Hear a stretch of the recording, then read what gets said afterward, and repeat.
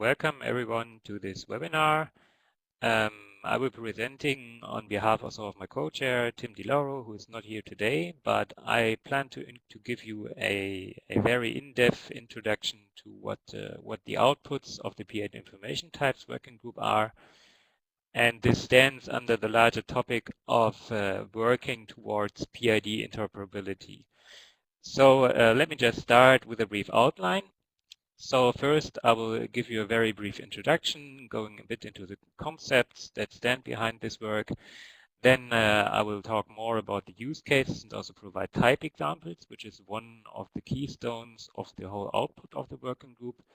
And I will also then finally go into the details of the API, how to use it and how to extend it. And first, before we go into the details, let me just put a question up here. So because everyone here is participating from different institutions, from different communities, and from different infrastructures, probably you all have different backgrounds. So my question to you now is actually whether you already experience or do you already maintain persistent identifiers for digital objects. The important point here is that this is not merely about using PIDs as an author of a paper or similar, but actually working with them in an infrastructure or working with them as a repository manager and so on. So while we wait for the end of the poll,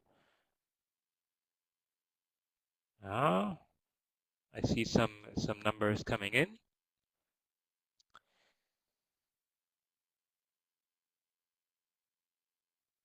So apparently, thank you for participating and for voting. So apparently, we have a very mixed audience here because half of you say, okay, you have some experience, you are managing actively PIDs, while the other half is not has responded with no. So probably just using them so far as a consumer, as a user of some services.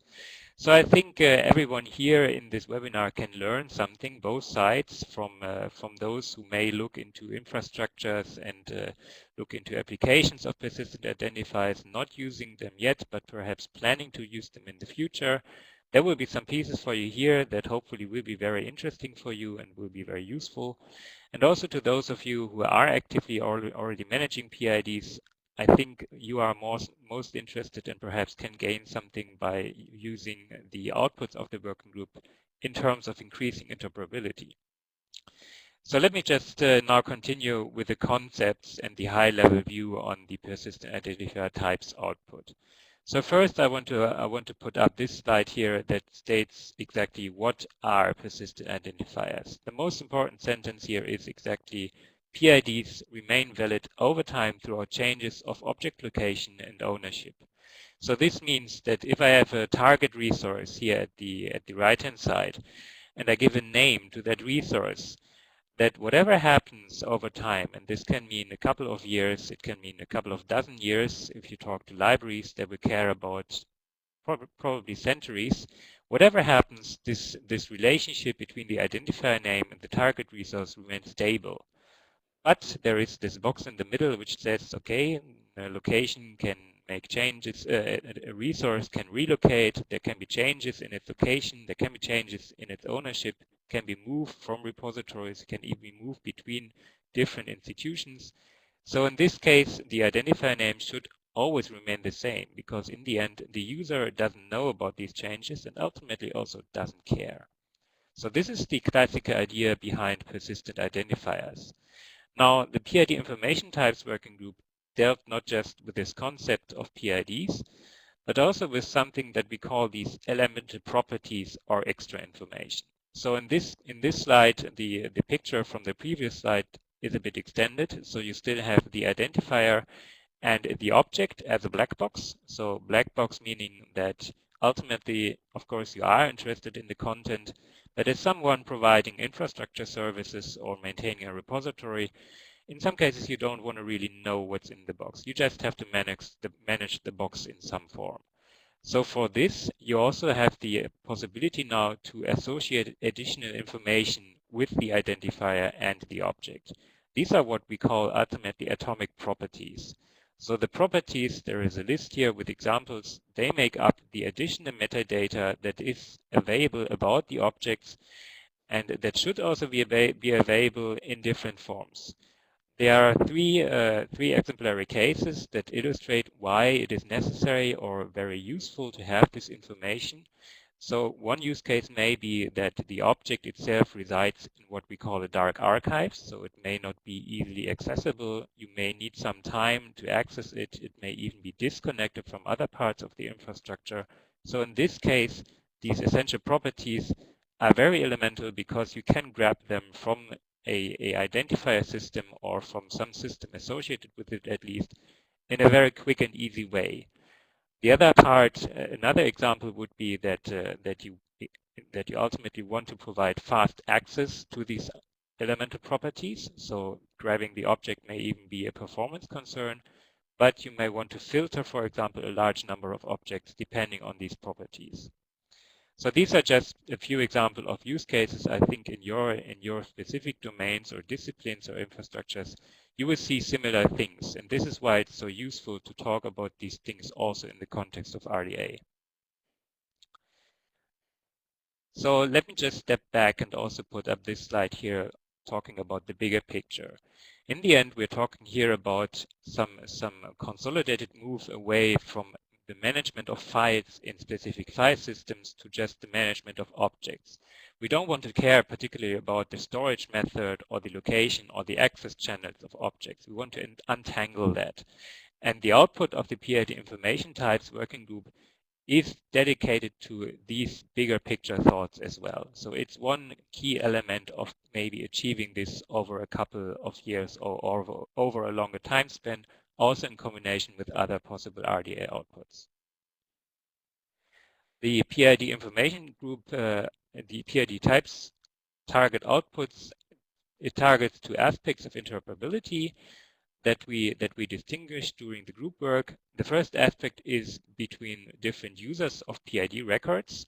So in some form, we want to be able to make it possible for users or consuming services, doesn't have to be humans, can be machine services, to basically use the same common elements to describe objects. The other aspect of interoperability is a bit connected, but still different, is about being able to interoperate across different PID systems. So there are a number of PID systems out there in usage and out there also with different service models. But essentially, if you build a service against PID systems, you don't want to really know about the details and the inner workings of these systems. You just want to know about object locations, about these essential metadata elements. And the PID Information Types API is designed also towards this goal of interoperability. So ultimately the results facilitate these both goals, and mostly it's the common technical API for this unified access, but also these common examples for information types that we have provided during the work of the working group, but we also hope that these can be extended by user communities such as the ones presented here in this webinar. So now I will go a bit more into details of what these types mean and what concrete type examples and use cases we have. So in the first parts of the working group work, we really went into the details of possible use cases for our outputs. And from these use cases, we have some documents written actually that you can also download through the RDA websites. But from these use cases, we came to these elemental property examples.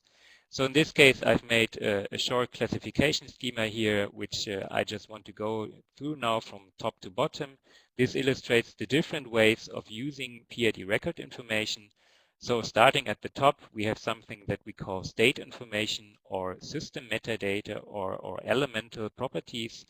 These can be just object size, object checksum, whether an object is modifiable, whether an object has been deleted and why and perhaps the reason why it was deleted, something that we call tombstone information. There can be timestamps, for example, for the creation of an object, for making it available, but also perhaps for deleting it or making modifications to it. And there also could be, for example, links to different management policies, particularly important if you have automated services working with objects. So this is very basic and system level information. Now the other parts, they are a bit more more detailed and working more towards the individual use cases that you may see in your user communities.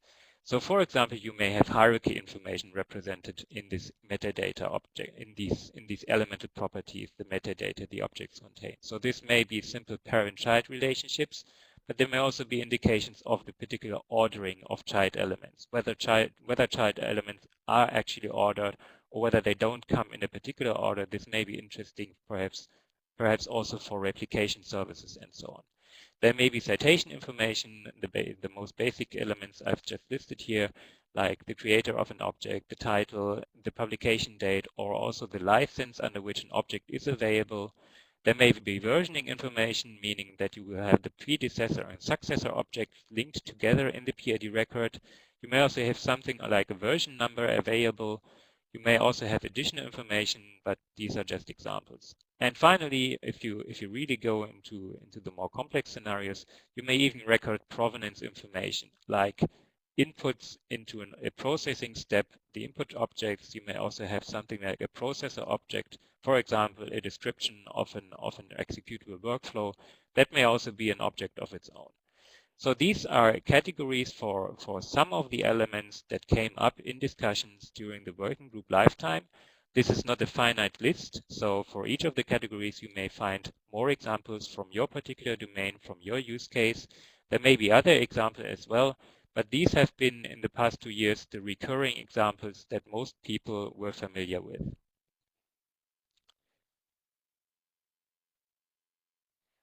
So in our final report document, we also have this table. It's I'm sorry that it's a bit small script, but it's a very large table of actually registered properties that we did during the working group lifetime. So some of the elements I had on the previous slide you will find again here, like this title and creator information, for example, for the citation use case, the publication date, but also elements for building hierarchies, for recording provenance of information, and also a particular use case that came from a UDAT that grabs different elements from these different use cases. So all of these elements here have been registered in the type registry. I know that there will also be a webinar on the type registry in particular. There was a very fine granular relationship between the PID types working group and the type registry working group.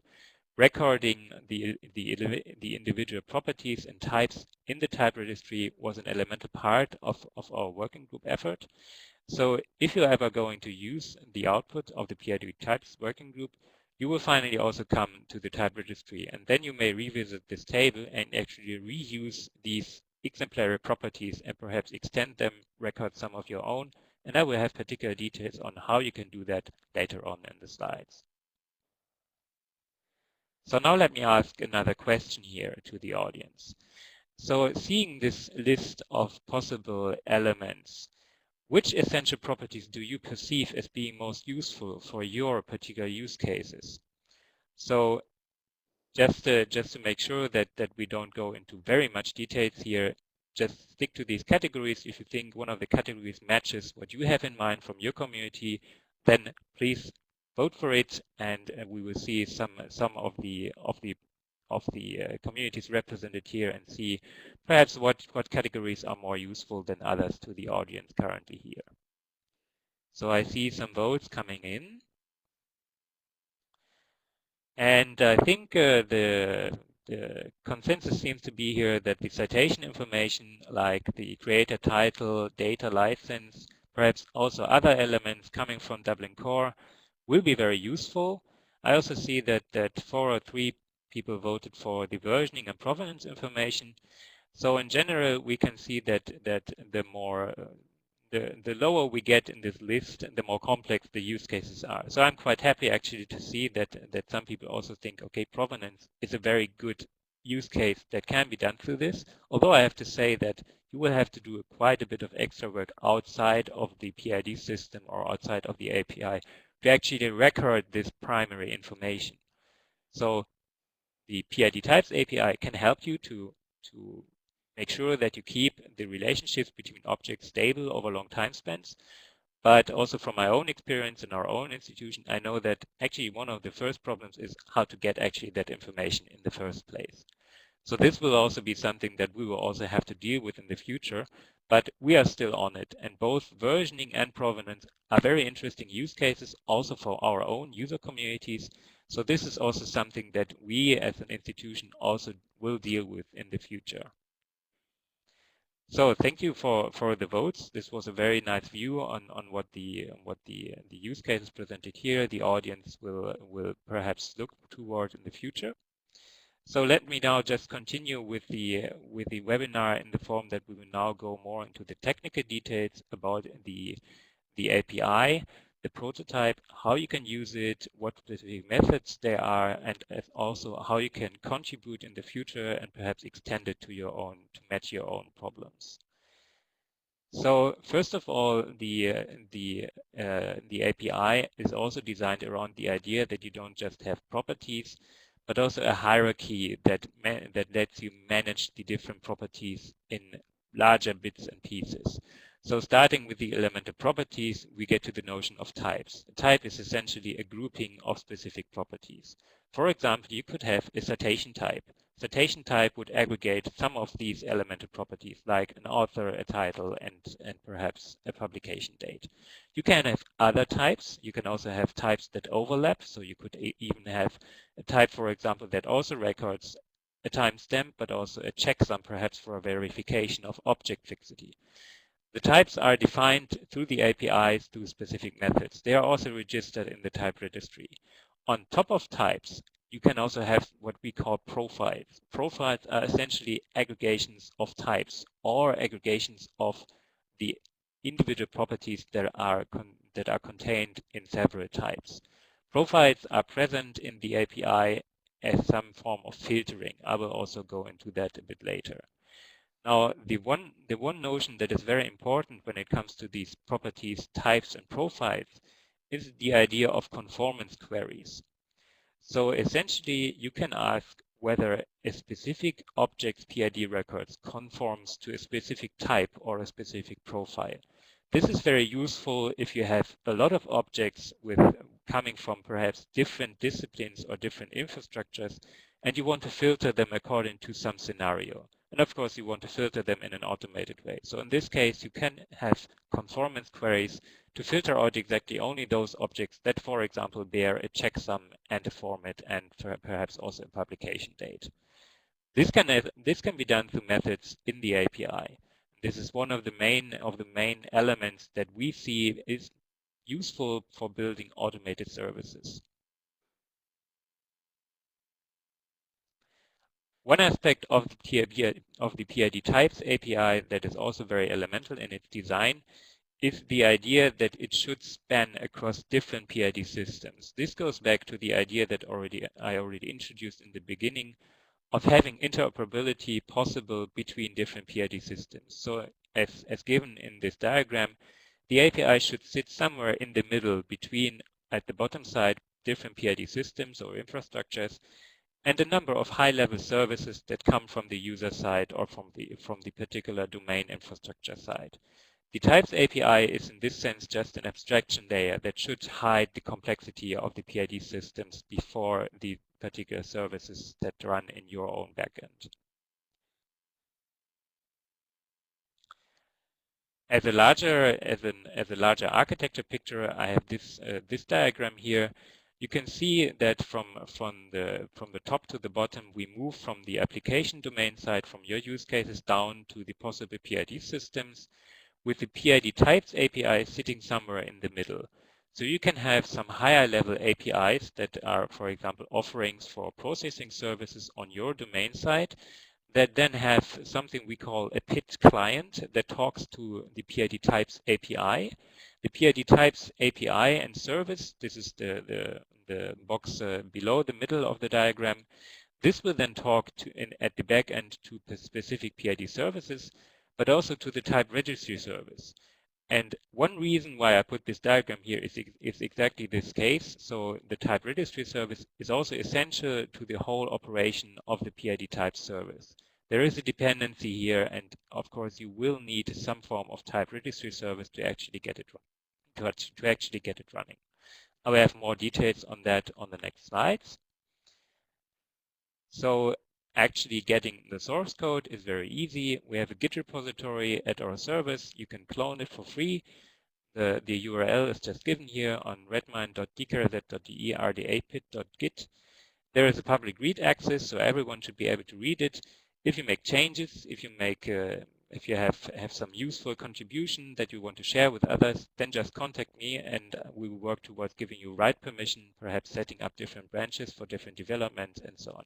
So I would be very happy to actually see this being used and also to see this being extended, because everything that goes into this repository will ultimately also be available to everyone else who builds services with this API. So I will now go more into details of this repository. You don't have to grab it right now. I think it will be understandable without looking at the source code directly. But this part of the webinar will now be most interesting for those of you who want to use this source code, who want to extend it, and actually want to go through it perhaps later on, because as you know, this webinar is being recorded, so you can use it as some form of small tutorial that helps you getting into the source code and getting it actually deployed. So in the repository, you will find two branches. The one is called the outcome release branch. This is the officially endorsed version that was released through the RDA processes. The one remaining issue with this version is that was only tested and implemented actually against an older type registry prototype.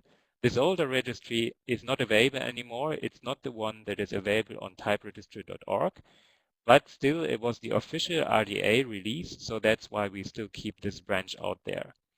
The master branch is now updated. It works against the typeregistry.org instance, but it was done after the original working group work was finished, so it's not as thoroughly tested as the release branch. We are working on that. We are still contributing to it. We will have some changes in the future, but as I said, it's not released. It's not the official release. But still, I would like to encourage you to use the master branch, because this is the main development line, and this will be also the development branch where we put additional contributions into in the future. So please use the master branch, even though we cannot say it's really tested against the existing prototype. There are some remaining issues there, but we will fix them in the future. Now, if you want to deploy the API prototype, there are a number of requirements. First of all, you need access to a Handle System 8 server instance. The Handle System 8 is currently in a beta phase. We have a server instance, we can provide access to it. There are also possibly other service instances at other institutions I know of. You can contact me if you want to know more details. You also need access to a type registry instance, which is called Cordra, which Larry Lanham will probably talk about in the next webinar. You also need a servlet container. I use Apache Tomcat, but others like Jetty will also work. And of course, to build it and to make a WAR file, you will need Apache Maven as well. So this is, I didn't say this, this is a Java prototype. It's a Java servlet, so it can run essentially in most of the usual infrastructures that you have, as long as you have somewhere a servlet container. So now, if you want to know how to actually build this, it's the vanilla Maven way. So you call Maven war to generate a WAR file for your Tomcat instance. You need to do some configuration through the Tomcat servlet context. I've given here a snippet that you can drop into the servlet context configuration files. Just going through it quickly. First of all, you need the base URI of your Handle 8 server, where you will actually store the PID records. You will also need the username and password for this server. So this refers to the actual RESTful interface of the Handle 8 server. There are details coming with the Handle 8 server that tell you how to configure this and how to actually get a username and a password. The username will be actually a handle. The password will be a secret key stored in that handle. There are other authentication methods, but they are not implemented so far in the API prototype. You will also need the generator prefix that's associated with this handle server. And of course, there is an option to allow you to use unsafe SSL certificates. For example, if you're just setting up a test server, you don't need to have official SSL certificates for running it. The last two parameters are for the type registry access. So in this case, you also need the base URI of the type registry service. and also the identifier prefix that is used by this type registry instance. So ultimately, you will have to configure that. Then you will deploy the WAR file in Tomcat. And finally, if you run Tomcat and you want to check whether everything is configured correctly, you can simply test that by calling this ping method. The specific path is given here at the bottom. And if the reply is hello world, then everything is basically fine. The servlet is running, and you can actually start using the methods that the servlet provides. The methods and all of the details, how to configure it, how also, I will also have a slide on that, but it's also explained here. The actual documentation of the API includes a so-called typing REST resource class. This is the main entry point to all of the features of the API. And the documentation contains a detailed walkthrough of, for example, example calls of the configuration, and also contains more details on how you create specific types in the type registry. I will also go through that right now in the next slides. So if you ever get confused, look at the documentation, in particular at the documentation of this particular class, because it essentially contains all of the information that you need to first make it run and also to use it to make your first steps in using it. So now a quick look at the actual REST methods that the API provides, the API service prototype. So this is just an excerpt of this main RESTful class. So let me just go through it quickly from top to bottom. The first method simply asks whether a specific prefix is registered.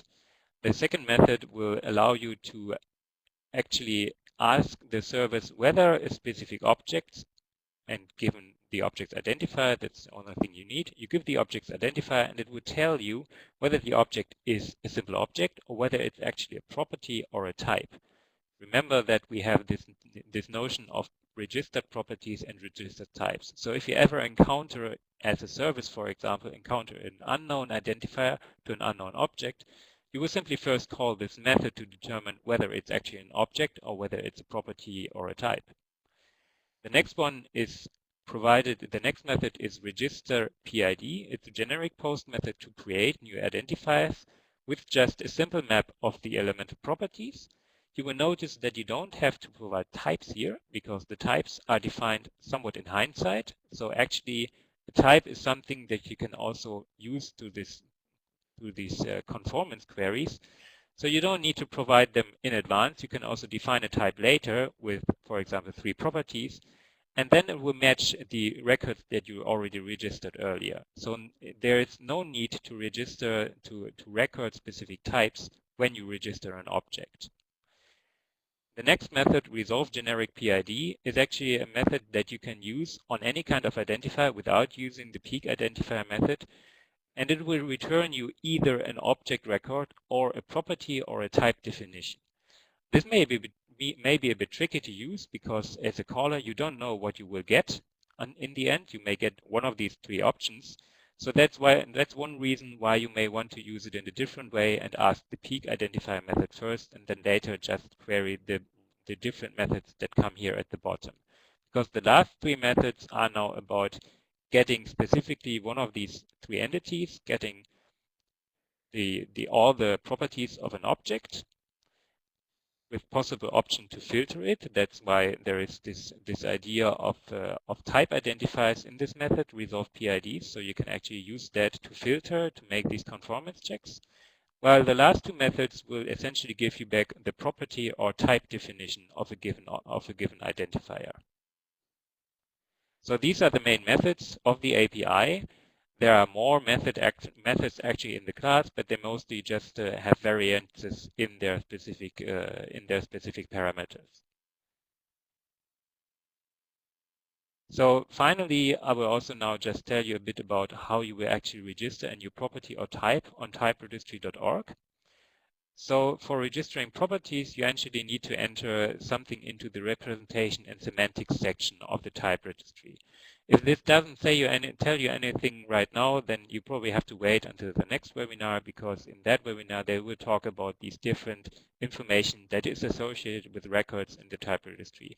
The the representation and semantics section as well as the properties section are specific sections in the type registry interface. So in case you want to register a property, you need to fill in this format is property definition parameter, and you also need to specify the range of the property, meaning something simple as a string, a boolean, an integer, or just another PID. That's the most the most common ones that we use for property ranges. And in case you want to register a type, you will give the type definition as a format with specific properties and of course you have to specify the properties that the type should consist of. In this case, you use the properties section of the type registry with a list of specific type IDs of the register properties that you hopefully registered earlier. You can repeat this multiple times to make, for example, a type that consists of up to, I don't know how many entries there can be in the type registry, but we have examples from 3 to 10 properties in specific types, and this works quite well. So these details are, as I said, also in the documentation. If you don't have, if you need more information, you can look at that as well. So finally, well, when we come to the end of the webinar here, just a few links here. So the PID Information Types Working Group homepage is still up. All of the information is also available there. Links to the source code, links to the documentation, also the officially endorsed output, the final report document, which also contains more details on the concepts that I talked earlier about. There is also the PID interest group, which is also still active, which deals also with topics other than PID information types, of course, but with general topics that are relevant to many of you probably that work with PIDs. And there is also the new proposed research data collections working group, which I'm also co-chairing. It's currently under review, but we already have a homepage. So on that page, you will already find the first version of our case statement. So if you're more interested in what this working group will deal with, then please visit that homepage, subscribe to the group, subscribe to the list, read through the case statement, and hopefully attend the next working group meeting, the first working group meeting officially that we will have at the Plenary 7 in Tokyo. So that's it. I thank you for your attention. If you have questions, there's my email address, and I hope we will have some questions here. And I think now I have to hand over to Herman, because I think the official part of the webinar is now over, and we will have a short discussion, I hope.